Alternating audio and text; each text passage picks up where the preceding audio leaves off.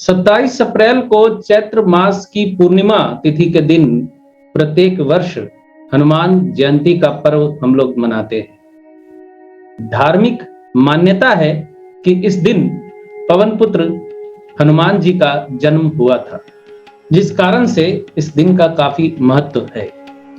धार्मिक ग्रंथों व शास्त्रों में हनुमान जी के बारे में बहुत सी बातें लिखी गई हैं।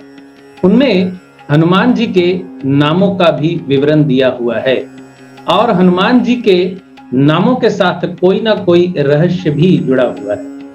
आज मैं आपको ऐसे नामों के बारे में बताऊंगा जो सबसे ज्यादा खास माने जाते हैं और साथ ही ये जानकारी देने की कोशिश भी करूंगा कि ये नाम क्यों खास हैं और इनकी क्या खासियत है।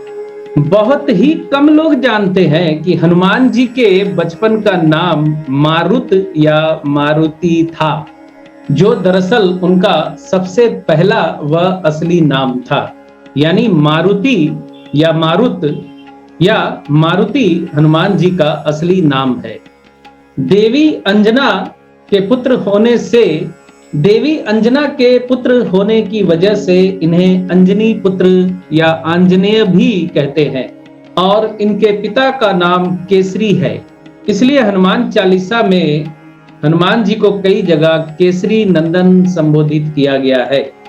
धार्मिक कथाओं के अनुसार बचपन में जब मारुति ने सूर्य को अपने मुख में भर लिया था एक फल समझकर, और दुनिया में त्राही त्राही मच गई थी अंधकार होने की वजह से, तो इंद्रदेव ने क्रोधित होकर उन पर अपने वज्र से वार कर दिया था, जिसकी वजह से मारुति की हनु या ठुड्डी पर चोट लगी थी और उनकी ठुड्डी थोड़ी सी टूट गई और सूज गई। यही कारण है कि इन्हें हनुमान जी कहा जाने लगा।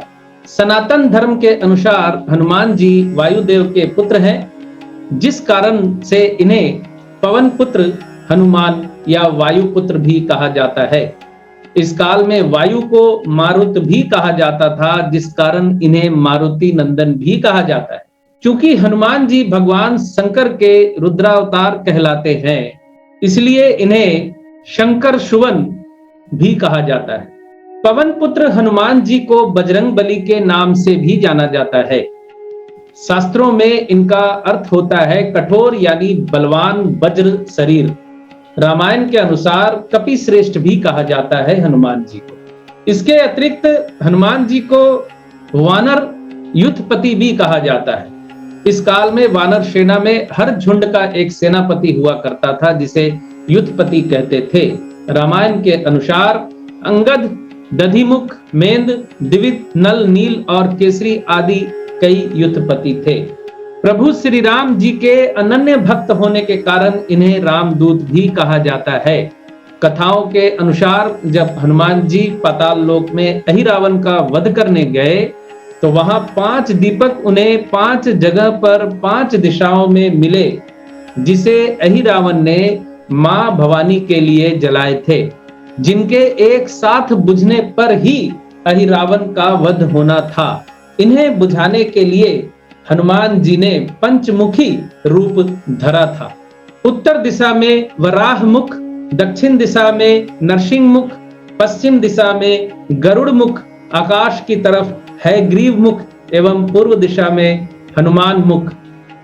इस रूप को धरकर उन्होंने वे 5 दीप बुझाए थे तथा अहिरावण का वध कर श्री राम लक्ष्मण को उससे मुक्त किया था।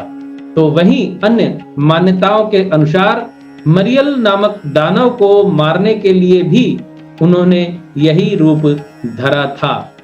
इसलिए पंचमुखी हनुमान भी कहा जाता है उन्हें, या पंचमुखी भी कहा जाता है। उनको महाबल भी कहा जाता है बजरंगबली को। एक हाथ से पहाड़ उठाने और एक छलांग में समुद्र पार कर जाने वाले महाबली। वैसे तो इनके और भी नाम हैं, जैसे उदधिक्रमण, समुद्र को लांघने वाले, अमित विक्रम, वीरता की साक्षात मूर्ति, लक्ष्मण प्राण दाता, लक्ष्मण जी को संजीवनी बूटी द्वारा जीवित करने वाले, दशग्रीव दर्पहा, रावण के घमंड को चूर करने वाले, तो ये थी छोटी सी जानकारी हनुमान जी के बारे में। वीडियो अच्छा लगे तो लाइक शेयर एंड सब्सक्राइब भी कीजिएगा। खुश रहिए, स्वस्थ रहिए।